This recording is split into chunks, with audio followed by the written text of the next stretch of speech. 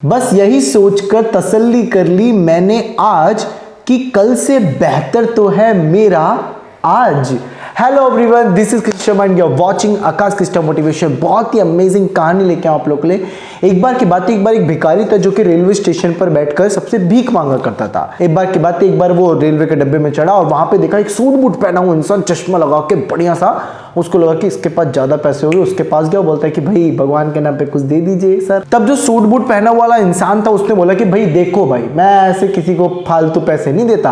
पैसे क्या पेड़ पे लग रहे हैं क्या? मैं ऐसे किसी को नहीं देता। मैं उसी को देता हूँ पैसे जो बदले में मुझे कोई चीज दे रहा हो। तुम्हारे पास कोई चीज है तो मुझे दो और उसके बदले पैसे लो। मैं ऐसे किसी को नहीं देता। ऐट से उठ के चल दिया वो। अब ये छोटी सी बात ना भिखारी के दिमाग में चुभने लगी। उसने बोला कि भाई इसका मतलब क्या है? मेरे फटे कपड़े हैं, मेरे खुद का तो ठिकाना है नहीं, मैं इसको क्या दूंगा भाई। उसने सोचा लेकिन बात तो ठीक है, एक काम करते हैं, थोड़ा रूटीन बदलते हैं। अब जो भी मुझे भीख देगा ना उसके बदले मैं उसको एक फूल दे दूंगा। उसने सोचा ऐसा करते कुछ अलग रहेगा।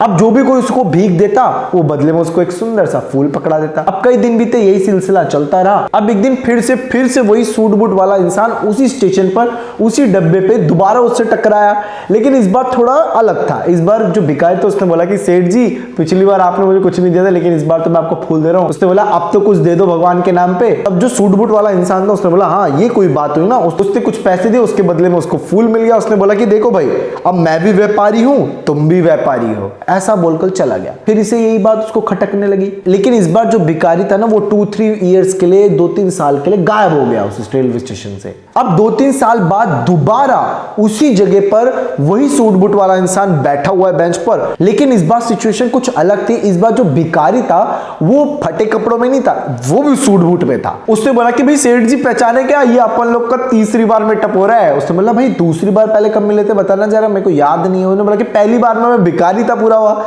उस वक्त आपने मुझे कुछ भी नहीं दिया, फुटी कौड़ी भी नहीं थी, और दूसरी बार में मैंने आपको फूल दिया, और ये तीसरी बार जो हम दोनों मिल रहे हैं। बोले सेठ जी आप छोटी छोटी बात कर बोल के तो चले जाते थे, लेकिन उस छोटी बातों को मैंने गहराई से लिया तो आज मेरा जीवन ही बदल गया। मैं आज इस नगर का नहीं पूरे देश का सबसे बड़ा फूलों का व्यापारी बन चुका हूं। और सही कहा था उस दिन आपने कि हम दोनों व्यापारी हैं। आज वही जगह है, वही स्टेशन है, वही ट्रेन है, और मेरे पास फर्स्ट क्लास एसी की टिकट है, और आज मैं जा रहा हूं एक बिजनेस की मीटिंग करने के लिए। सेठ जी ये आपकी ही वजह से मैं आज इस मुकाम पे पहुंच पाया हूं। तो गाइस पता है कहानी बहुत छोटी है, बहुत अच्छी चीज सीखने को मिलती है कि अपनी लाइफ में ना कि भाई इंसान अपनी सोच से ही गरीब है, इंसान अपनी सोच से ही अमीर है।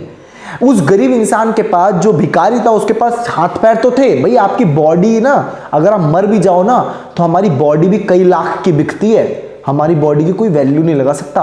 इस वजह से कह रहा हूं ये ब्रेन है ना, इसकी कोई कीमत नहीं लगा सकता, इसकी कीमत नहीं है भाई, कोई रियल में कीमत नहीं है। इस वजह से जैसे सोचोगे ना वैसे बन जाओगे। इसलिए मैं हमेशा कहता हूं यही जगत की रीत है, यही श्री कृष्ण का गीत है, मन के हारे हारे मन के जीते जीते। मिलते हैं आपसे अगली वीडियो में, तब तक ले जय हिंद जय Bharat. Thank you so much.